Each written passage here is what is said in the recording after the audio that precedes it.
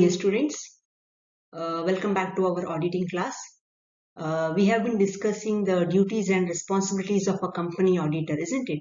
Last class we started this topic, and as I have already made a mention in our previous class, that total the duties and responsibility of a company auditor, it is actually divided into 4 categories. Okay, so the first one is statutory duties, which is imposed by the Companies Act. Okay, second one is the contractual duty. Contractual duty in the sense, when an auditor takes up the auditing work of an organization, there is an agreement between the auditor and the client. Okay, so there are contractual duties which auditor has to perform. Apart from that, we have duties that is imposed by legal or court decision. Okay, so that duties also need to be performed by an auditor, and duties arising out of professional etiquette. Okay, so statutory duties include, we have the duties to make certain inquiry. That is, auditor, it's the duty of an auditor to make certain inquiries related to the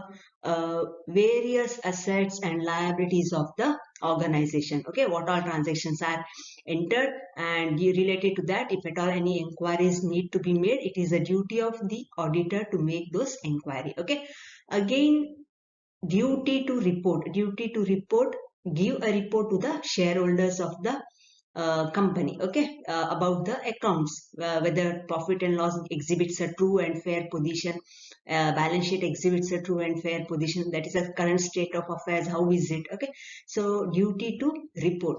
Then again, duty to comply with the directives of the central government. Okay, so if the company is involved in other activities, okay, for example, we have the manufacturing activity, mining, then processing, trading, maybe investment, maybe chit funds. Okay, so if the company is involved in multiple activities, then it is the duty of the auditor to comply with the directives of the central government. Okay, again, he has to sign the audit report. Whatever audit report he gives, he has to sign it. If he doesn't sign, means that report is invalid, considered as invalid. And in case of a firm, all the partners, or at least one partner, okay, any one of the partner should sign the audit report. Again, auditor also, it is also a duty of the auditor to give a statement in the prospectus, about regarding the profit and loss account, regarding the asset, liabilities, and various other subsidies, then subsidiaries, rates of dividends might be there. Okay, so related to this, a statement should be given in the prospectus by the auditor. That is his duty. Okay, again, duty to certify the declaration of insolvency of a company. So what is declaration of insolvency? I have clearly explained in our previous class. Okay, again, it is the duty of the auditor to assess the investigations of inspectors. Okay, so that also auditor has to perform. He also has to assist. It is his duty to assist the central government in connection to any prosecution. That is, if the owners, or like the directors, or the what we call higher authority, any other officer, if they are involved in any sort of fraud, okay, and if at all any prosecution is there, definitely auditor has to assist the central government in connection to any of the prosecution. Also, he has to make a report on the public deposit. Okay, so these all are statutory duties. Okay, we have already done. Then comes the contractual duties. So contractual duties are like, he has to see whether his appointment his appointment is in order. He also has to see what are the duties that he has to perform under the common law, and if at all any special duties are there that is mentioned in the agreement, he has to perform that. For example, the efficiency duty or proprietary duty audit, he has to perform. Apart from that, auditor has to perform the contractual duty. Otherwise, a case can be filed on the auditor by the client. Okay, because an agreement, before signing the agreement, he has to go through it correctly, and what all duty he needs to perform, he has to do his duty. So in case of negligence, or if he has not taken reasonable care in performing the audit work, definitely he is liable for the breach of contract. Okay. So statutory duties and contractual duty we have completed in our previous class. This class we will start with duties that is arising out of legal or court decision. Okay. So duties imposed by legal or court decision. So here there are certain duties which are imposed on a company auditor by the court. Okay. So what are these duties that he has to perform? First thing, auditor has to make himself fully acquainted with his duties under the Companies Act. So it means that under the Companies Act and Article of Association, what all duties an auditor has to perform, he should thoroughly go through it. He should be aware of this. Okay, according to the Company Act, what are the different duties an auditor need to perform when he undertakes the audit of an organization? He should be fully aware of it. Okay, so accordingly, he should perform his duty. No, he should take reasonable care when he is performing the duties, and has to make sure that the duties that are mentioned under the Companies Act he is performing. Okay, not only that, he should not confine himself only to arithmetical accuracy, in the sense just the calculation he should not be checking, but he should check whether they are proper. The real accuracy of the asset and the fairness of the asset is to be thoroughly verified. In the sense, if a plant and machinery, if they say it is maybe 50,000 or maybe like 2 lakh or maybe like 10 lakh, okay, whatever is the amount, he should not just see the calculation. He should see whether they are properly valued or not. Whether in the asset, if the plant and machinery, if it is shown at rupees maybe like 10 lakh, okay, example it is 10 lakh, whether the value of the plant and machinery as on that particular date is 10 lakh or not. That is very important. Okay, every year depreciation might be there, and accordingly, so see, they might be the depreciation rate might be less, and the value of the asset might not, it might be overvalued or it might be undervalued. See, so just the arithmetical accuracy should not be maintained. Along with that, the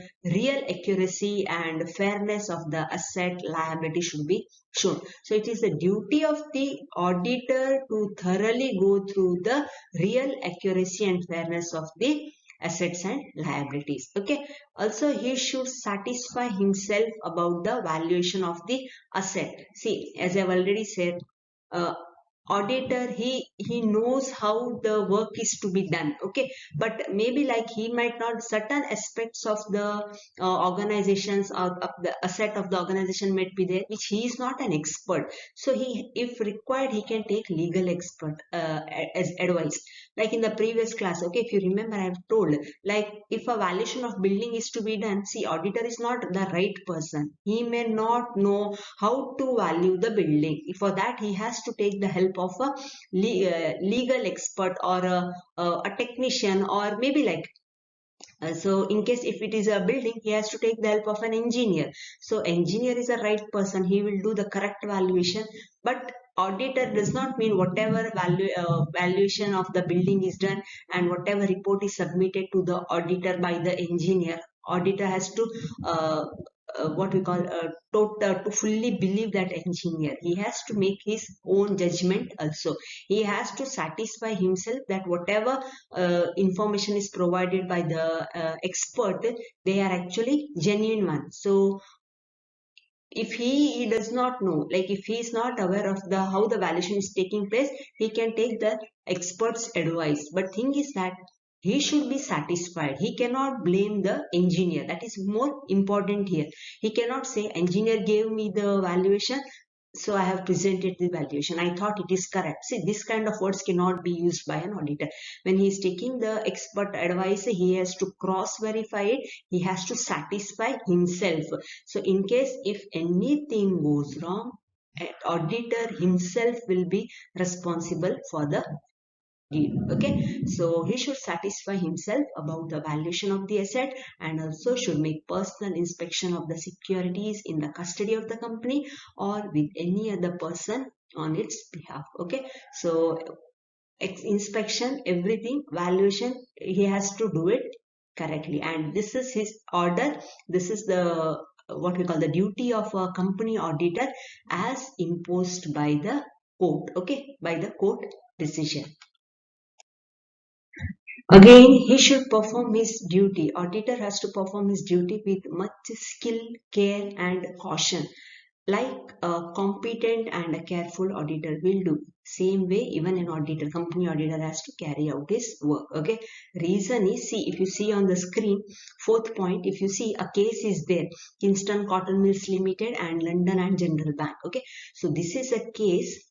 Okay, this is a case where a client has filed a case on the auditor for not performing his duty correctly. Okay, for negligence of his duty. So this case was done where the case was in favor of the company and it was against the auditor. So auditor had to make good the losses suffered by the company. Okay, so this case we will discuss. Okay, all the cases definitely we will discuss when we are discussing the liability. Okay, there are rights of the company auditor, there are duties of the company auditor, and the liabilities of the company auditor.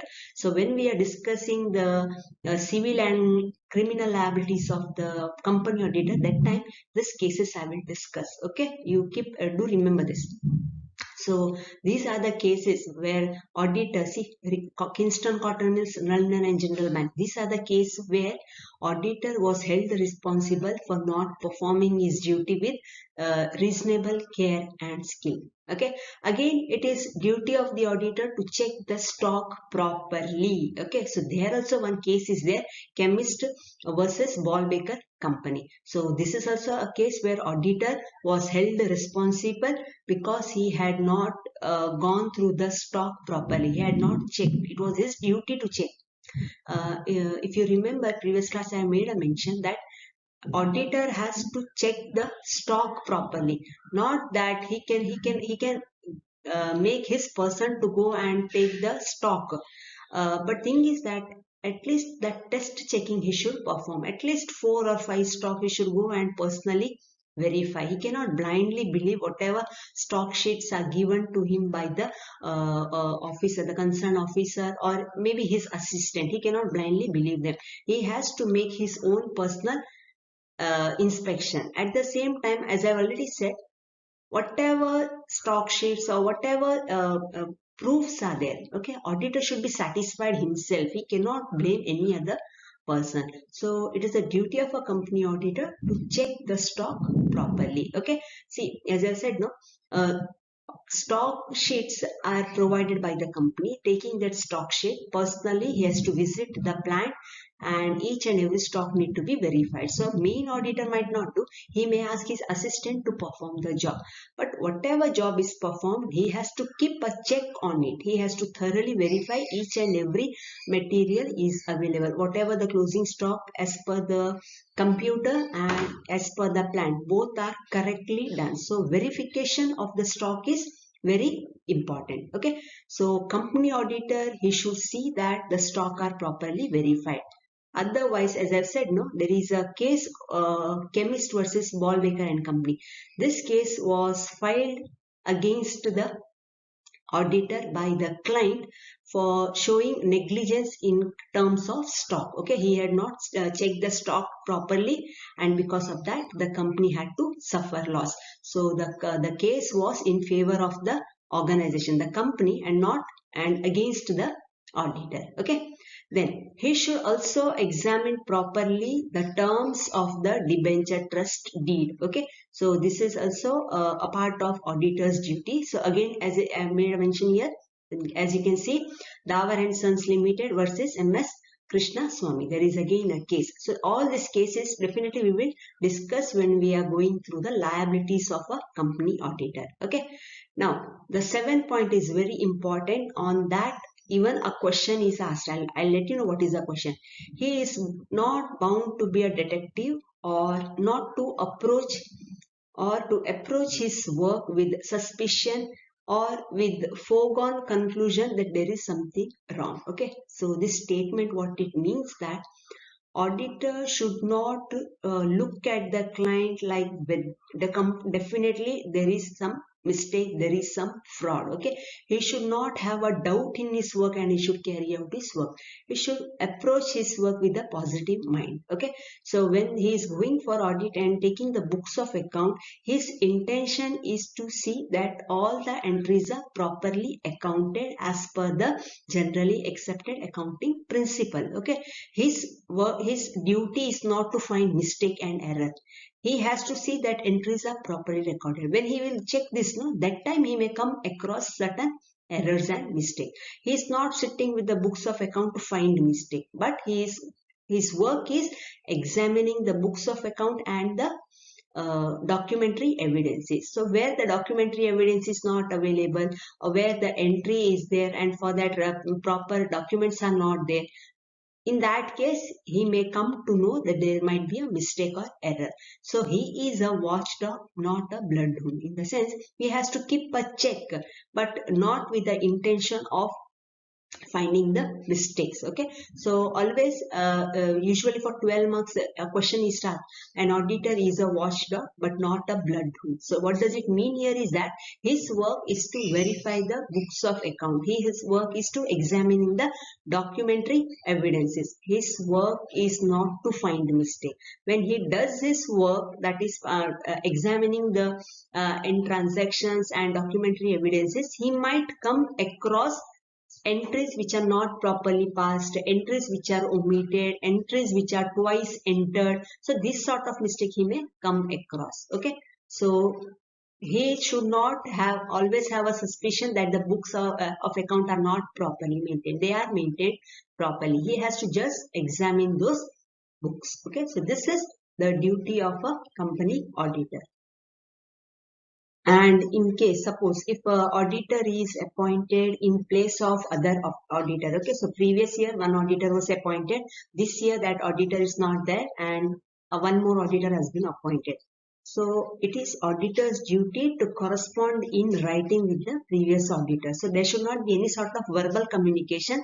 Whatever information he has asked about the company from the previous auditor, it should be in writing. Okay, proof should be there. Then only he can believe those things. So before taking up the audit work of any organization, if it is for the first time, definitely he can carry on. But if it is for the second year, then previous year who has audited the books of account, so that auditor, they need, the present auditor has to communicate with the previous auditor. So that too, it should be in writing only. It cannot be a verbal communication, because as I said, auditors, when they audit the books of account, they need the documentary evidences, the original evidences. Only then, if they say a purchase has goods worth rupees 5,000 has been purchased, for that a documentary evidence should be there. That is a bill, isn't it? If we say goods worth rupees 2,000 is sold out, then a bill should be issued.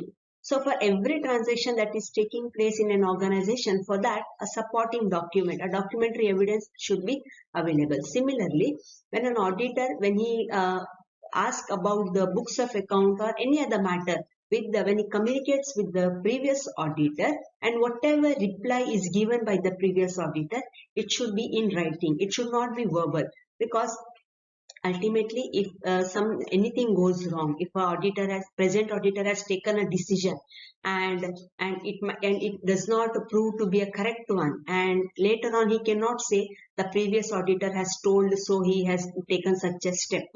It should be in writing. He should have a document to show that it was mentioned by the previous auditor. So the communication with the previous auditor should be in writing only. So against that also, one case is there, B.N. Mohan versus KCJ Satyawadi. Okay. Then auditor should not adopt foul means to the shareholders to get himself appointed. Okay. So if he is eligible, if his work is acceptable to a company, okay, then definitely a company, that is the shareholders of the firm, they may get, they may appoint the auditor as the company auditor of their organization.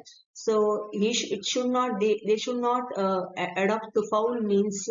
They should not get in with some foul means with the shareholders and ask them to appoint them as a company auditor. So such cases should not be done. Okay. So there too, one case is there, BG Dafaria versus SS Kaswarkar. Okay.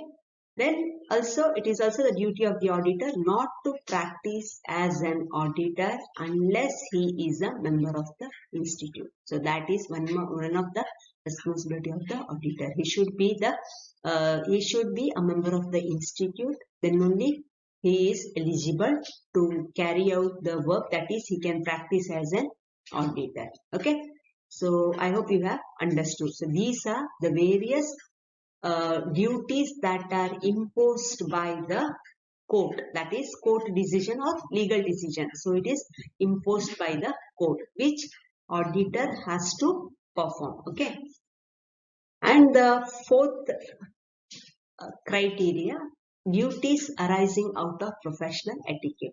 Now auditor is a professional, and out of professionalism there are certain duties which he needs to perform. Since he is a profession, he is bound to perform these duties. First is, auditor should carry out his duty with due regard to public interest.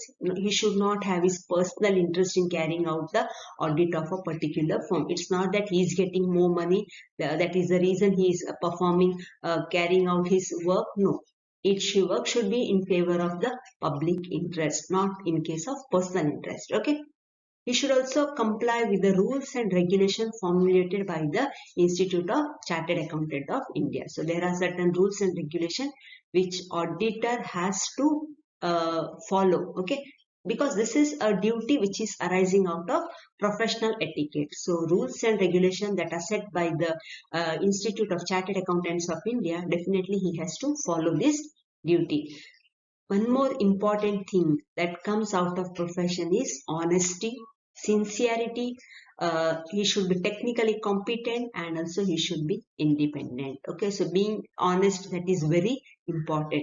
Auditor, whatever might be the case in the company, he should be honest. Whatever information he has got, and to the best of his knowledge, whatever decision he has taken, he has to tell it. If the orders are there from higher authority not to disclose any matter, it should not be as such. He should not follow them.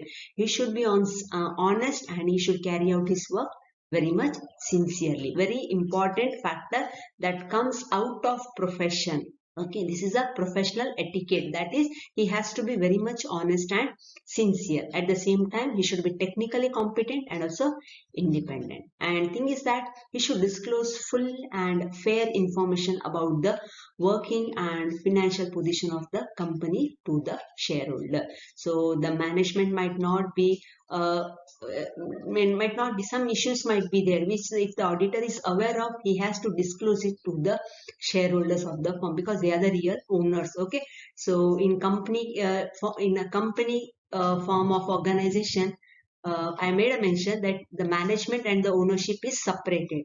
So auditor, he should be responsible, he should be working for the owners of the company, that is the shareholders of the company. He should not think about the management. So here, whatever might be the financial position of the company, all the matter should be disclosed correctly to the shareholders of the firm. So this is one of the professional etiquette an auditor has to perform. Okay, so students, I hope you have understood all the 4 duties. That is, we have the statutory duties, we have the contractual duties, we have the duties imposed by court and the court decision, and duties arising out of professional etiquette. So maybe for 6 mark, a question might be asked, what are the duties of an auditor arising out of professional etiquette? Or else for 12 mark question, it might be asked, what are the duties of an auditor? And for 24 marks question, every SEM this question has come up. Explain the rights and duties of a company auditor. So very important question. All the the side points are there. No? What are his duty? Just go through it thoroughly. Very important question. 24 also is start. 12 marks also it is asked, and 6 marks also. 6 marks it's rare, but 12 and 24 definitely it will be there. So just go through these duties also very much correctly. Okay. So students, we will stop here today. In our next class, we will be discussing about the liabilities of a company auditor. So liabilities, there are two sets of liabilities. We have the civil liability, where if the auditor is held liable for any of the act, then he has to make good the losses made by the company. That is, he has to pay for the damages. Okay, that is civil liabilities. And then we have the criminal liability. So under criminal liability, if the auditor is held responsible, then he may have to, the penalty is that he may have to pay a fine, or there might be imprisonment. Okay, he might be sent to the jail. Or else there can be both. Imprisonment might also be there, and he may also have to pay a fine. So liabilities of a company auditor we will be discussing in our upcoming class. Okay, so dear students, thank you and have a great day ahead.